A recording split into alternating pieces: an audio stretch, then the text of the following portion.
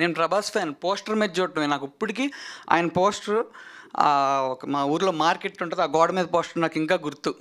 వెనకాల గన్స్ ఉంటాయి, ఇలా ఉంచి ఉంటారు.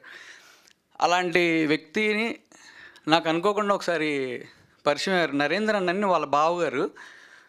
ఆయన లేకపోతే అసలు ఈ సినిమా రిలీజ్ కూడా అవ్వదండి. ఆయన చేసే హెల్ప్ ఒక సొంత తమ్ముడు చేసినట్టు చేస్తున్నారు. అసలు వాళ్ళ ఫ్యామిలీకే ఉంటుందేమో నాకు తెలీదు, సొంత వాళ్ళకి కూడా చేయరండి అంత హెల్ప్.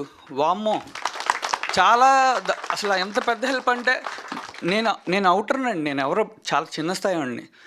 ప్రభాస్ అన్న నేను ఎంత చిన్నోడిని, ఆల్ ది బెస్ట్, మంచి సక్సెస్ అవ్వాలి అని చెప్పి నుంచుని మాట్లాడాడండి.